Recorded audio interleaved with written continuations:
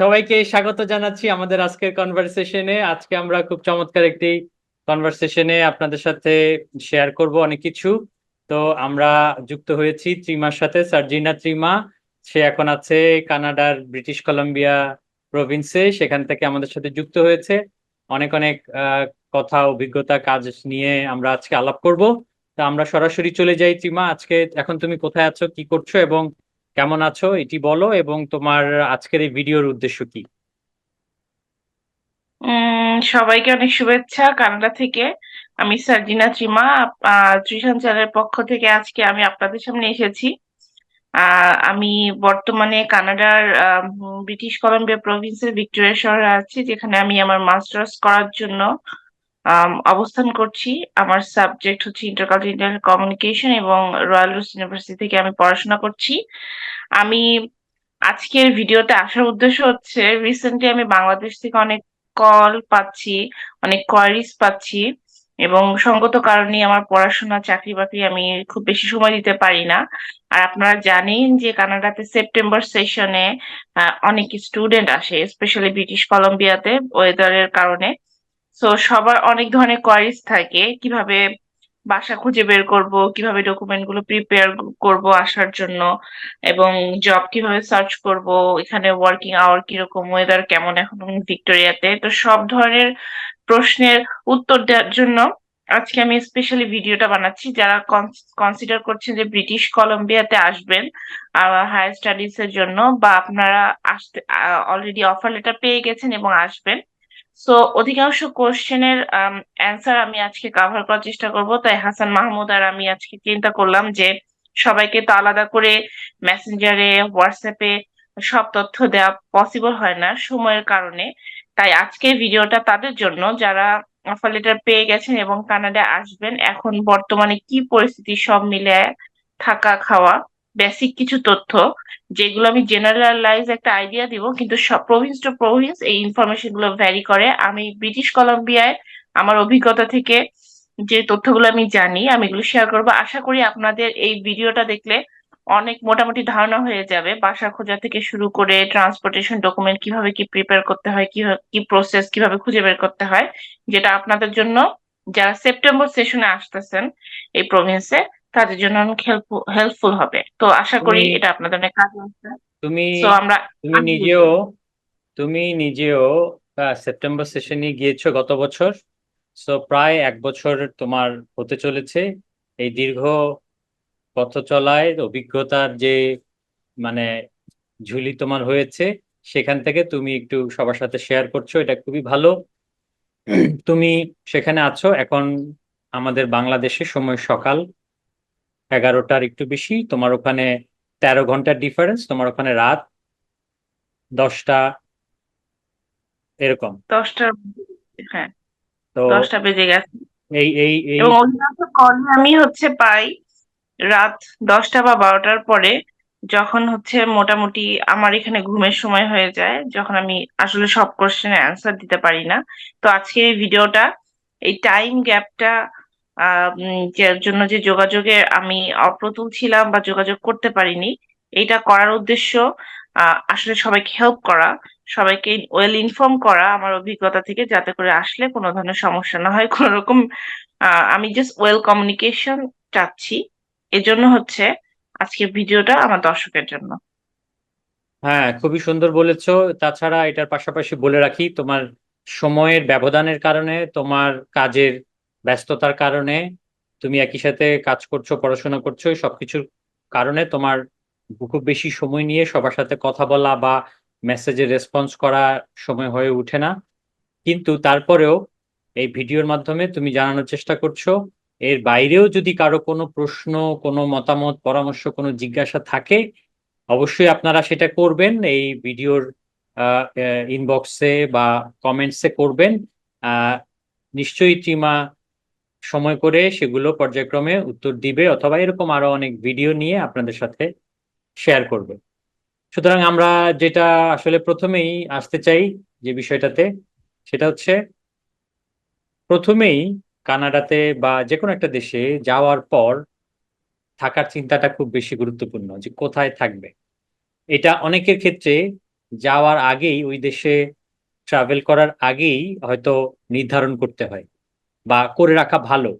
কারণ গিয়ে যেখানে প্রথমে উঠতে হবে সেটা ওখানে খোঁজাখুঁজি করে একটা বাসা সুবিধা মতো নেওয়া, উঠা, রাস্তাঘাট চেনারও একটু সময় লাগে। সেক্ষেত্রে প্রাথমিকভাবে কোনো একটা থাকার জায়গার ব্যবস্থা করে রাখা ভালো। সেটা এখান থেকে যাওয়ার আগেই যদি হয় তাহলে ভালো, না হলে ওখানে গিয়ে সাথে সাথে কোনোভাবে থাকার জায়গার ব্যবস্থা করা। এই যে ব্যবস্থাটা করতে হয়, সেখানে কিরকম আমাদের মতো এত কি বাসাবাড়ি অলিগলিতে অ্যাভেলেবেল বাসা পাওয়া যায়? বা কিভাবে খুঁজে বের করতে হয়। আমার অভিজ্ঞতা থেকে বলি, যখন আমি আসি আমার ওরিয়েন্টেশনের 2 দিন আগে আমি একটা ওয়েবসাইট থেকে আমার বাসা ঠিক করি। এখানে আমাদের যে রয়্যাল রোডসে যে ওরিয়েন্টেশন হয়েছে, ওরা আমাদের বিভিন্ন ধরনের ওয়েবসাইট লিংক প্রোভাইড করেছে।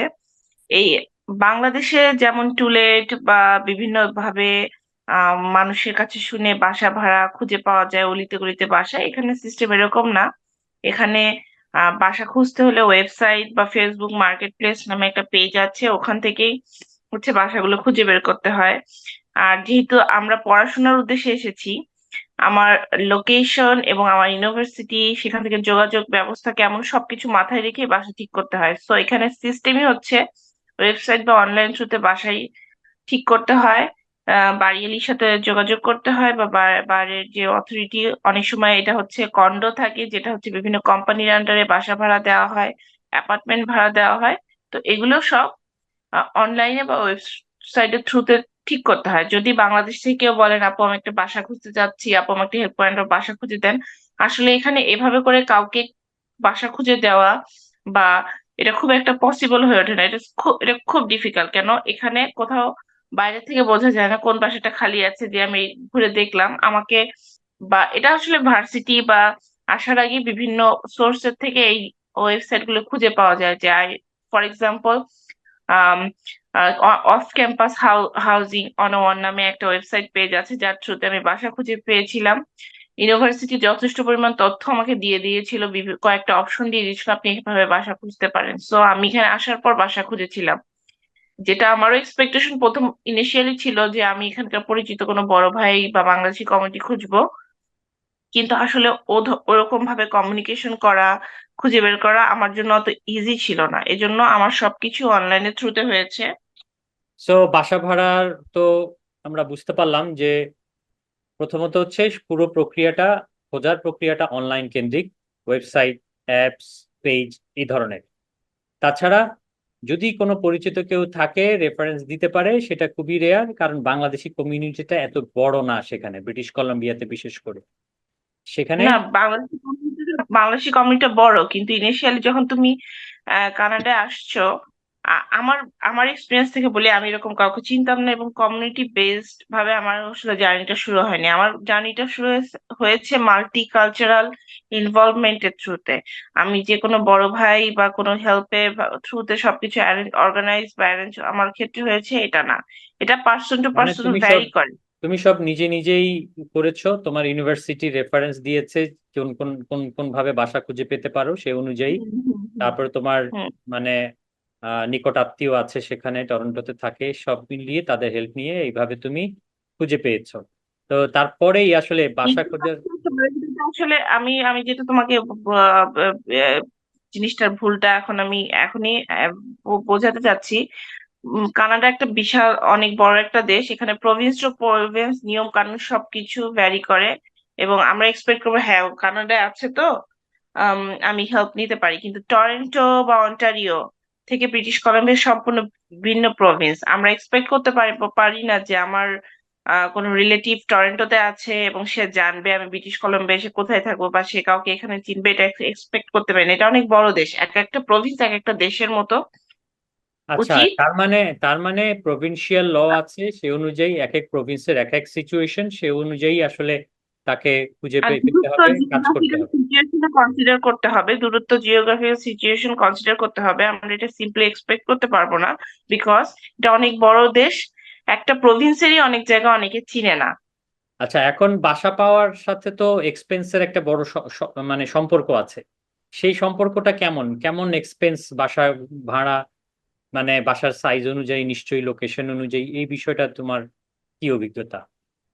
প্রিভিয়াসলি এখানে 800, যদি আপনি কোনো ফার্নিশ বাসায় অ্যাজ এ পেইং গেস্ট হিসেবে থাকতে চান, জাস্ট সিম্পল ওয়ান পার্সন, একজন পার্সন, সেটা 800 থেকে আপনার 1200 ডলারের মতো খরচ পড়বে। যদি আপনি কোনো অ্যাপার্টমেন্ট নিতে চান, সেটা আপনার 2000 থেকে 2400-2600 ক্রস করতে পারবে, যেটা বাংলাদেশ টাকায় প্রায় 2 লাখ টাকার মতো। সো এটা কানাডিয়ান ডলারে এটা হচ্ছে ভ্যারি করে। এবং আপনি যদি একটু দূরত্বে থাকতে চান, সেখানে খরচটা একটু কম হয়, কিন্তু আপনার লোকেশন, আপনার ইউনিভার্সিটি, আপনি যেখানে কাজ করবেন, যদি আপনি একটু শহরের দিকে আসতে চান যেখানে কাজের সুযোগ বেশি, সেখানে আপনাকে অবশ্যই একটু বেশি ভাড়া দিতে হবে। আমি প্রিভিয়াসলি যেখানে ছিলাম সেখানে আমাকে 800 মতো দিতে হতো। এখন আমি যেখানে আছি আমাকে প্রায় 1000 কানাডিয়ান ডলারের মতো খরচ করতে হয়। এবং এখান থেকে আমার ইউনিভার্সিটি এবং আমার কাজের দূরত্ব খুবই কম। সো এটা ভ্যারি করে আপনার লোকেশনের উপরে। আর সবচেয়ে বড় কথা, যে আহ, আপনি যদি কোনো কন্ডো বা অ্যাপার্টমেন্ট নিতে চান, কোনো পার্সোনাল ওনারের বাসা আলাদা করে ভাড়া করতে চান, সেক্ষেত্রে আপনার যে রেন্টের যে কন্ট্রাক্ট থাকবে, যে এগ্রিমেন্ট থাকবে, ওটা ডিফারেন্ট হবে। এই দেশে আপনার রেন্টের যে ডকুমেন্ট গুলো থাকে সেগুলো খুব ইম্পর্টেন্ট। ইম্পর্টেন্ট কেন? এটা আলটিমেটলি আপনার ক্রেডিট স্কোরে খুব একটা বড় ভূমিকা রাখবে। কেন? আপনি যদি পিআর নিতে চান, আপনার ক্রেডিট স্কোরটা, বা আপনি যদি কোনো গাড়ি কিনতে চান, এটা খুব ম্যাটার করবে। সো বাসা নেওয়ার আগে এই ব্যাপারগুলো চিন্তা করতে হবে যে আমার বাসা থেকে আমার যে ইউনিভার্সিটি হবে বা যে কাজের জায়গা হবে, সে তার ডেস্টিনেশন কেমন হবে, বা ওখানে কাজের অপরচুনিটি কেমন। সবচেয়ে বড় কথা মানে ট্রান্সপোর্টেশন কেমন, আমার আমার কলেজে যেতে বা ইউনিভার্সিটি যেতে কত সময় লাগবে, এই সবকিছু মাথায় রেখে লোকেশন ঠিক করতে হবে। এর জন্য গুগল ম্যাপে ইউনিভার্সিটি এবং তার কাছাকাছি এরিয়ার মধ্যে বাসাগুলো সব ওয়েবসাইটে খুঁজে বের করতে হবে। এগুলো ওয়েবসাইটে লোকেশন দূরত্বগুলো সবসময় সুন্দর করে দেওয়া থাকে। সো আচ্ছা, যখন বাসা ঠিক করবেন, এই জিনিসগুলো একটু খেয়াল করে এর সাথে লোকেশন গুলো একটু এই যে করতে হবে। লোকেশনের সাথে, লোকেশন নিয়ে কথা বলছো, এর সাথেই ভেরি রিলেটেড বিষয়, সেটা হচ্ছে ট্রান্সপোর্টেশন। দূরে কাছে বাসা নিলে এটা ট্রান্সপোর্টেশনের উপর নির্ভর করবে যে কেমন সময় লাগবে পৌঁছাতে, সঠিক সময়ে ইউনিভার্সিটিতে পৌঁছানো, জবে পৌঁছানো, এবং এটার যে ট্রান্সপোর্টেশন সিস্টেম সেটা একটু একটু যদি বলো।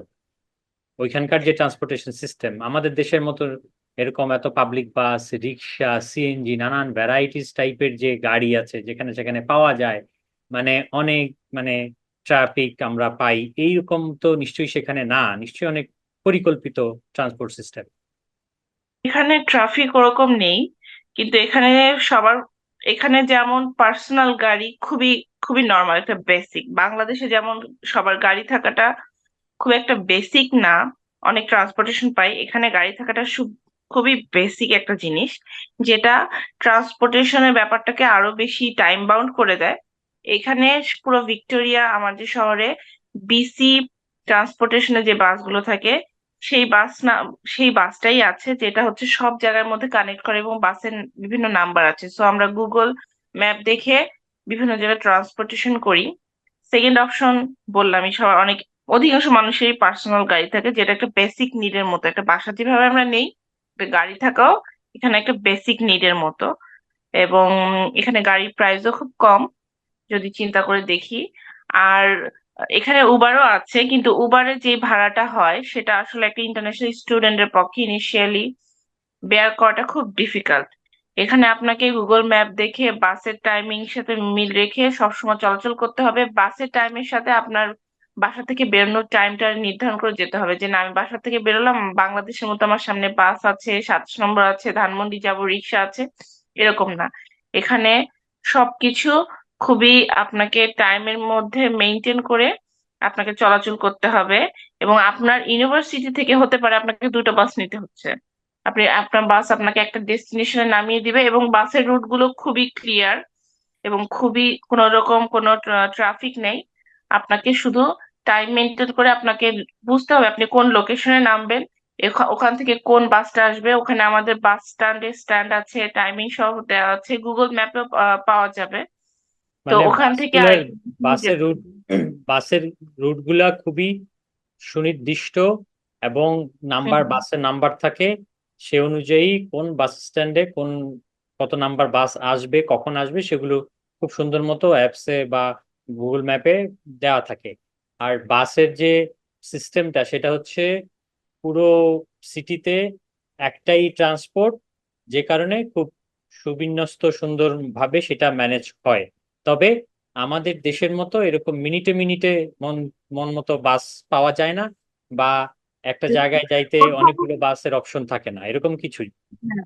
এবং তোমাকে যদি তুমি মিস করে ফেলো, যদি তুমি বাসে যে স্টপেজ বাটন থাকে ওটা দিয়ে হচ্ছে ওদের আমরা বলি যে আমরা এখানে নামবো, ওরা নামবে। তুমি যদি কোনো কারণে মিস করে থাকো, তোমার তুমি তুমি বাধ্য পরের স্টপেজে নামতে। কেন? তোমাকে যেখানে সেখানে নামাবে না, তোমাকে নির্দিষ্ট যে যেখানে বাস স্টপ ওখানেই নামতে হবে। ওখান থেকে হেঁটে হয়ে যদি তোমাকে পিছে আসতে হয় আগের বাস স্ট্যান্ডে কোনো বাস ধরতে তোমাকে আসতে হবে, কিন্তু কখনোই এমন কোনো জায়গায় বাস থামবে না যে যেখানে তোমার বাস স্টপেজ নেই। তোমাকে বা- একেবারে প্রপার জায়গায় নামতে হবে, স্টপেজে নামতে হবে, ওখান থেকে তুমি হেঁটে তোমার নির্দিষ্ট ডেস্টিনেশনে যাবে। আর দূরত্বের উপর আমি বলেইছি, দূরত্বের উপর তোমার বাস ডিপেন্ড করে, তুমি একটা বাসও নিতে পারো, দুটো বাসও নিতে পারো, এটা তোমার দূরত্বের উপর ডিপেন্ড করবে। এবং মানে খুব এখানে সুন্দর বিসি পরিকল্পিত, খুব সুন্দর পরিকল্পিত এবং শৃঙ্খলা ডিসিপ্লিনের মধ্যে দিয়ে ট্রান্সপোর্ট সিস্টেমটা সেখানে পরিচালিত হয়। খুবই ভালো। এবং উন্নত দেশে যা হয়। বাসের ভাড়াটা, এবং বলে রাখি বাসের ভাড়াটা পূর্বেই হচ্ছে দিয়ে রাখতে হয়। আমাদের বিসি উমো কার্ড আছে, যেটা দিয়ে আমি ট্যাপ করলে আমার প্রতিদিনের বাস পাসটা হয়ে যায়। অনেকে টিকিট কিনে, অনেকে সরাসরি ক্যাশ দেয়, এবং এটা খুবই সিস্টেমের মধ্যে করে ওটা দিতে হয়। সো যদি আপনি ট্রান্সপোর্টেশনের খরচটা দেখেন, আপনি যদি একটা উমো কার্ড নিয়ে থাকেন, আমার মনে হয় $273 ছিল, যেটা আমার 1 বছরে এখনো চলছে, যেটা অগস্টে শেষ হবে। আপনি যদি একটা উমো কার্ড নিয়ে রাখেন, আপনার প্রতিদিনের ট্রান্সপোর্টের একটা মোটামুটি হিসাব নিয়ে, তাহলে আপনাকে রোজ রোজ বাসের হিসাব, টিকিটের হিসাব এগুলো করতে হবে না। আপনি যে সিম্পলি উমো কার্ডটা প্রেস করে আপনি বাসে উঠে যেতে পারেন। এটা হচ্ছে আপনার বাস পাস, যেটা আপনার সাথে সবসময় থাকবে। সো মোটামুটি ট্রান্সপোর্টেশন এখানে খুবই ভালো, কিন্তু আপনাকে ডিসিপ্লিনড হতে হবে কোথাও আপনার ডেস্টিনেশন যাওয়ার জন্য। কেন? এই দেশে প্রতি ঘন্টায় আপনার সময় কাউন্ট হয়, প্রতি ঘন্টায় আপনার ইনকাম ডিপেন্ড করতেছে। যেখানে আপনি প্রতি আওয়ারের উপর ডিপেন্ড করে আপনার ইনকাম হচ্ছে, আপনি এখানে সময়ের পরে যাবেন আগে যাবেন, এটা আসলে really is not your option. So এটা খুবই কনসিডার হতে হবে, খুব সো পাংচুয়াল হতে হবে। So very good discussion. তুমি এখানকার আওয়ারলি একটা ক্যালকুলেশনের কথা বলছো, এটার সাথে সবকিছু রিলেটেড, টাইমিং এর সাথে এবং জবের একটা রিলেশন আছে, আমরা সেটা শুনবো জবের বিষয়ে। কিন্তু তার আগে আমরা যেটা শুনতে চাই সেটি হচ্ছে, সেখানে তুমি যে বাসের যে এক্সপ্রেস এন্ট্রি বা বাসের যে কার্ডের কথা বলেছো, এরকম আর কি কি ধরনের কার্ড বা আইডি অথবা ডকুমেন্টস সেখানে প্রয়োজন হয় সেখানকার চলাফেরা কাজকর্মের জন্য, এটা একটু যদি বলো। প্রথম এটা খুবই গুরুত্বপূর্ণ। কি কি কাগজপত্র, কি কি কাজ করতে হবে আপনার কানাডা আসার পরে। প্রথমে বলি, এখানে এখানে আসার পরই আপনাকে ইন্স্যুরেন্স একটা নাম্বার, কাজের জন্য একটা সোশ্যাল ইন্স্যুরেন্স নাম্বার থাকবে, একটা health insurance number, BC provincial একটা আইডি কার্ড থাকে, যে সেটা করতে হবে।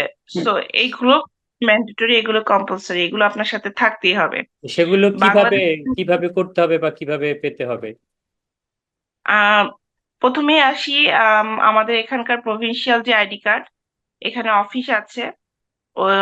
এই এই দেশে আসার পরেই প্রথমে বিসি কার্ড, এটা হচ্ছে প্রভিন্সিয়াল এই কার্ড, বিসি আইডি কার্ড, যখন তুমি ওয়েবসাইটে সার্চ দিবা, গুগলে সার্চ দিবা, তখন অফিস লোকেশন সব আসবে।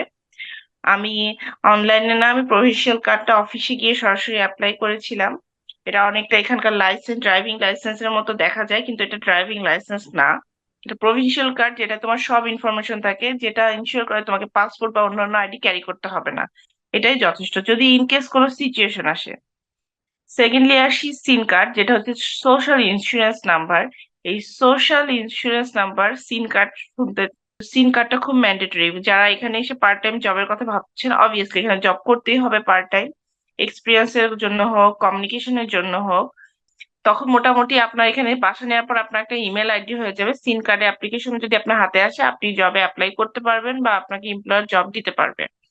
তার আগেও আপনি এমপ্লয়মেন্টের জন্য অ্যাপ্লিকেশন করতে পারেন সিন কার্ড পাওয়ার আগে, কিন্তু যখন আপনাকে পে করবে আপনার সিন কার্ডটা ইম্পর্টেন্ট, যেটা আপনাকে প্রভিন্সিয়াল ট্যাক্সের একটা হিসাব ওটার সাথে রিলেটেড থাকে। সো আর স্টুডেন্টদের ক্ষেত্রে সিম কার্ডের নাম্বারটা 9 থেকে শুরু হয়, 9 6 থেকে, এবং এটা খুবই গুরুত্বপূর্ণ। এবং প্রত্যেকের ইউনিক সিম কার্ড নাম্বার থাকে, যেটা শেয়ার করা, যেটার মিসইউজ করা খুবই রেস্ট্রিক্টেড করে দিছে, এবং সেটা খুবই ইম্পর্টেন্ট নাম্বার, এটার সাথে অনেক কিছু জড়িত। সো সিম কার্ডটা নাম্বারটা সবার সাথে সবসময় শেয়ার শেয়ার করা যাবে না, এটা হারানো যাবে না।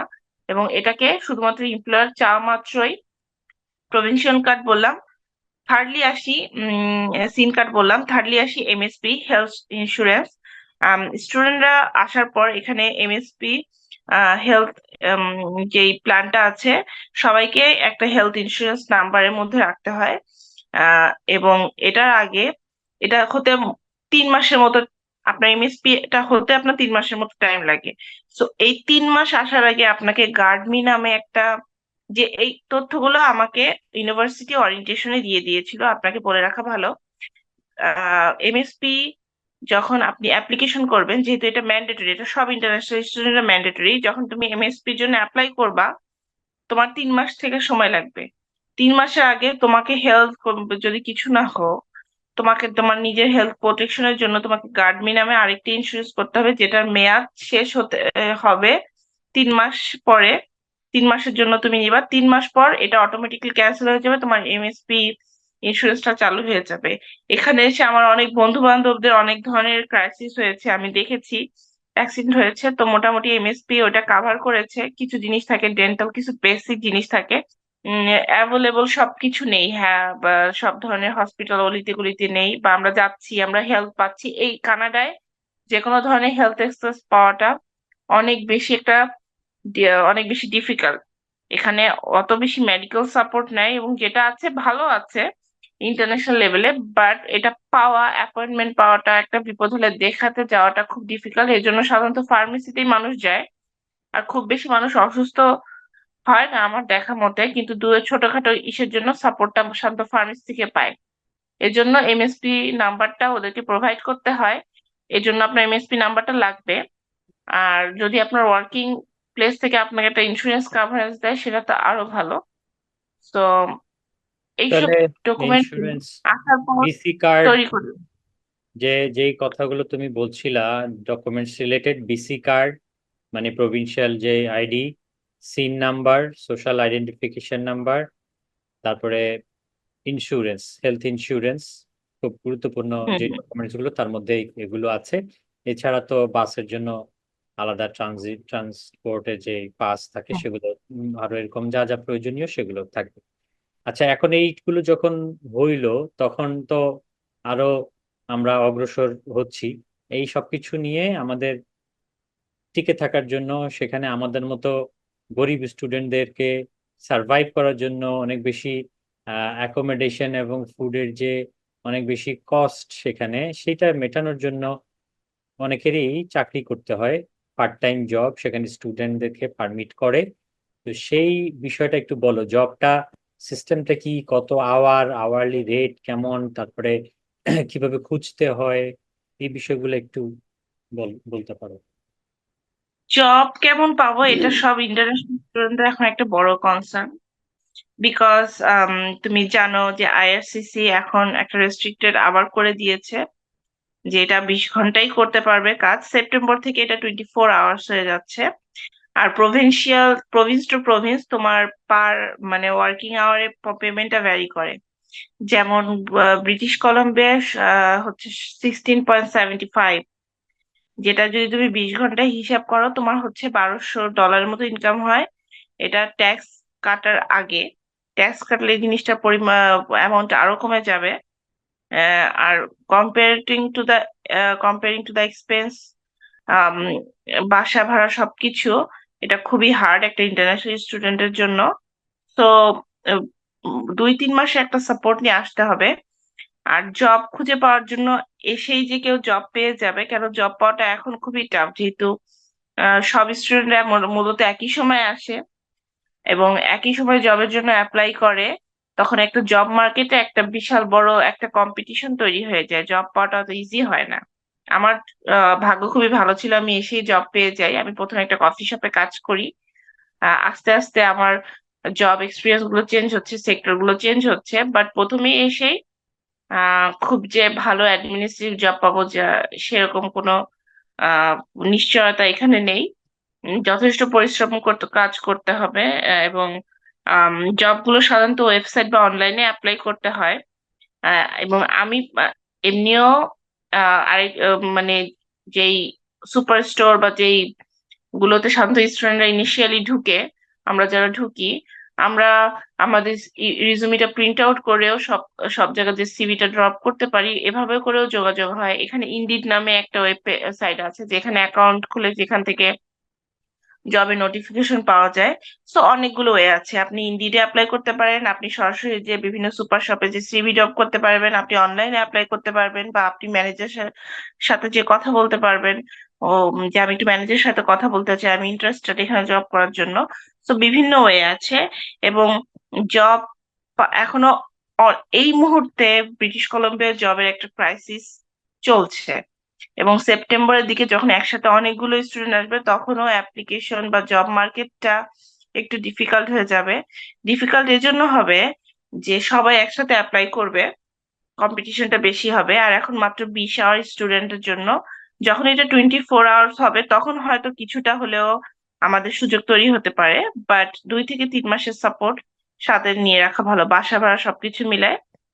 আর 3 নম্বর বিষয়টা হচ্ছে, বাংলাদেশে আমার যে রিজুমিটা ছিল বা যা ছিল, এখানে আসার পর লিটারালি আমার সব ইগো, আমি যা করছি না করছি, মানে মানে সবকিছু মানে স্ক্র্যাচ থেকে শুরু করতে হয়েছে। ওইগুলো আমার কোনো কাজে আসেনি। আমার ধারণা ছিল যে আমি এত কিছু করেছি, আমি ব্যাংকে কাজ করেছি, এই সবকিছু আমাকে জব মার্কেটে তো আমি অনেক কোয়ালিফাইড। বাট অ্যাকচুয়ালি কানাডার জব মার্কেটে এই কোয়ালিফিকেশন গুলো ওরা খুব একটা বেশি প্রথম ইনিশিয়ালি কনসিডার করবে না। 6 মাস কাজ করার পর যে কোনো জব, একটা কফি শপেও যদি হয়, ওরা এই কানাডার এক্সপিরিয়েন্সটা খুব কাউন্ট করে। সো আমাকে স্ক্র্যাচ থেকে শুরু করতে হয়েছে, নিজের স্কিল ডেভেলপ, নিজের কথা বলার ফ্লুয়েন্সি ডেভেলপ, অনেক কিছু করতে হয়েছে। সো একসাথে আপনি পড়াশোনা করবেন, সাথে সাথে আপনাকে কানাডার জব মার্কেটের জন্য নিজেকে প্রিপেয়ার করতে হবে। এখানে গুরুত্বপূর্ণ একটা জিনিস বলে রাখা ভালো হাসান মাহমুদ, তুমি যখন কানাডা অ্যাপ্লাই করার কথা চিন্তা করবা, এখানে জব মার্কেট এসে যখন করবা, তোমার রিজুমিটা অনেক কনসিডারেবল ভাবে মানে চিন্তা ভাবনা করে করতে হবে। তুমি যদি কোনো সুপার শপে অ্যাপ্লাই করতে চাও, সুপার শপ রিলেটেড যদি কোনো এক্সপিরিয়েন্স, কমিউনিকেশন রিলেশন কোনো এক্সপিরিয়েন্স থাকে, বা কাস্টমার রিলেশন কোনো এক্সপিরিয়েন্স থাকে, সেভাবে লিখতে হবে। এবং প্রতিটা জবের জন্য তোমাকে রিজুমে পজিশনের জন্য আলাদা করে প্রিপেয়ার করতে হবে, কভার লেটার আলাদা করে প্রিপেয়ার করতে হবে। একটা ফর্মেট দিয়ে সাধারণত জব হয় এরকম না, প্রতিটা জবের ক্রাইটেরিয়া ভিন্ন, রিকোয়ারমেন্ট ভিন্ন। সেই ক্রাইটেরিয়া রিকোয়ারমেন্ট টার্গেট করে তোমাকে এক একটা রিজুমি বা কভার লেটার হতে পারে। আমার 6 থেকে 7 মাসের এক্সপিরিয়েন্স থেকে অনেকগুলো জবের অফার পেয়েছি। এখন আমি দুটো জব করছি, একটা অন ক্যাম্পাস, একটা অফ ক্যাম্পাস। তো সেখান থেকে আমি বলে রাখা ভালো, নিজের এক্সপিরিয়েন্স স্কিল ডেভেলপমেন্টের জন্য কাজ করতে হবে আপনার পড়াশোনার পাশাপাশি। এটার কোনো দ্বিতীয় অপশন নেই। সো আমি আশা করি আমি তোমার প্রশ্নের উত্তর দিতে পেরেছি। খুবই ভালো, খুবই চমৎকার বলেছো। এবং গুছিয়ে, তুমি অনেক বড় লম্বা অভিজ্ঞতা তোমার। আসলে একবারে এক ভিডিওতে তোমার সব অভিজ্ঞতা, সব গল্প শোনা সম্ভব হবে না। আমাদের এই ভিডিও অনেক বড় হয়ে যাচ্ছে। আমরা বরং আরেকদিন তোমার কাছ থেকে শুধু তোমার জব অভিজ্ঞতা, সিভি তৈরি থেকে শুরু করে জব জব সার্চিং এই সব কিছু শুনবো আমরা। জেনেছি তোমার ফেসবুকের মাধ্যমে তুমি সাম্প্রতিককালে একটা খুব ভালো জব পেয়েছো, অন ক্যাম্পাস জব, যেটা সবার ড্রিম থাকে, সবার খুব পছন্দের জব, খুব কমফোর্টেবল নিজের ক্যাম্পাসের মধ্যেই জব। সো সেটা তুমি অ্যাচিভ করেছো, ভেরি গুড, এবং তোমাকে কনগ্রাচুলেশন জানাই সকল ফলোয়ারদের, ভিউয়ারদের পক্ষ থেকে। কিন্তু এটা আমরা আরেকদিন এই গল্প শুনবো তোমার কাছ থেকে। আজকে আমরা এই ভিডিও আর বড় না করি, এখন সর্বশেষ তোমার কাছে যে জিনিসটা জানতে চাই, সেখানে এত কিছু সেখানকার যে আমরা পড়াশোনা, জব, এত স্ট্রাগল একটা লাইফ আমরা সেখানে লিড করব, তার জন্য তো একটা খুব সুন্দর কমফোর্টেবল একটা ওয়েদার, একটা এনভায়রনমেন্ট, একটা একটা কালচারাল সোশ্যাল একটা যে আহ বিষয় থাকে, সেই বিষয়গুলো একটু বলো। ওয়েদারটা কেমন, এনভায়রনমেন্টটা কেমন, এটা একটু বলো, তাহলে আমরা এটা দিয়ে আজকে এই ভিডিওটা শেষ করি। আমি সংক্ষেপে বলি, ভিক্টোরিয়া ওয়েদার খুবই সুন্দর। এখানকে মোটামুটি ট্রপিক্যাল আমাদের দেশের মতোই ওয়েদার। আম অন্যান্য প্রভিন্সের তুলনায় ভিক্টোরিয়া ওয়েদার খুব ভালো, কিন্তু রিসেন্টলি খুব এক্সট্রিম গরম পড়েছে এবং রাত হলে এক্সট্রিম ঠান্ডা পড়ছে। এটা হচ্ছে গ্লোবাল ওয়ার্মিং এর কারণে হতে পারে, যেটা সবাই বলে এখানকার। যেহেতু আমার সার্কেলটা অনেক বড়, মাল্টিকালচারাল, এবং কানাডিয়ান আমার অনেক ফ্রেন্ড আছে এবং তাদের সাথে আমার সম্পর্ক, নিয়মিত যোগাযোগ আছে। তো এটা বুঝি তো যে এখানকার ওয়েদারটা তুমি এখন বিশ্ব নাগরিক, সুতরাং বিশ্বের নানান দেশের লোকজনের সাথে তোমার উঠা বসা, সেখানে তোমার বন্ধুত্ব, সে কারণে তুমি মানে সারা বিশ্বের মানুষজনের চিন্তা আমি ভাবনা, অভিজ্ঞতা থেকে আসলে জানি অভিজ্ঞতা তারা অভিজ্ঞতার অভিজ্ঞতার বিষয়গুলো হ্যাঁ, তুমি একসাথে আমাদেরকে শেয়ার করতে পারছো। কারণ ভিক্টোরিয়া শহর বা ব্রিটিশ কলাম্বিয়া খুব হাই ডেস্টিনেশন প্রত্যেকটা ইন্টারন্যাশনাল স্টুডেন্টদের জন্য, বিকজ ইনিশিয়ালি ওয়েদারের সাথে খাপ খাওয়ানো একটা বড় ব্যাপার। কিন্তু আহ ব্রিটিশ কলাম্বিয়া আসলে অনেক এক্সপেন্সিভ অনেক প্রভিন্সের তুলনায়, টিউশন ফি আর বা বিষয়টা থাকে। বিষয়টা কি এরকম যে অন্যান্য প্রভিন্সের থেকে ব্রিটিশ কলাম্বিয়াটা একটু কমফোর্টেবল ওয়েদার আছে, এবং হচ্ছে যে খুব সুন্দর প্রাকৃতিক যে পরিবেশ, সেটা সেখানে অনেক ভিজিটররাও যায়, যে কারণে সেখানকার লিভিং কস্টটাও কিছুটা বেশি। আবার সবার পছন্দের জায়গা ব্রিটিশ কলাম্বিয়া, ভিক্টোরিয়া, ভ্যানকুভার, সেজন্য সেখানে একটু খরচটা বেশি হয়, এরকম না ব্যাপারটা? হ্যাঁ, বিষয়টা এরকম। এখানে পড়াশোনার সুযোগ বা ওয়েদার সব কারণে এক্স্যাক্টলি ওই কারণে এখানে বেশি আসে, স্পেশালি হাসান মাহমুদ যারা ফ্যামিলি নিয়ে আসে, যারা তাদের বেবি আছে, ছেলে মেয়ে আছে, পরিবার নিয়ে আসে, তাদের সবার কথা, মানসিক একটা কমফোর্ট জোনের কথা চিন্তা করে সবাই ভিক্টোরিয়া শহরেই বেশি আসতে চায়, ব্রিটিশ কলম্বিয়া প্রভিন্সটাই বেশি চুজ করে। কম খরচ থাকলেও এজন্য এখানে চাপটা একটু বেশি যায়। কিন্তু যেহেতু কানাডার আইআরসিসি ইমিগ্রেশন কোন কোন প্রভিন্সে কতজন স্টুডেন্ট নিতে পারবে এটা অ্যালোকেশন মোটামুটি করে দিয়েছে। তো ব্রিটিশ কলাম্বিয়া, টরন্টো অ্যাডমিশন পাওয়াটা এই মুহূর্তে টাফ আছে। তারপরে যে পরিমাণ স্টুডেন্ট আসবে, এখানে কাইন্ড অফ অ্যাকোমোডেশন এর একটা ঝামেলা চলছে।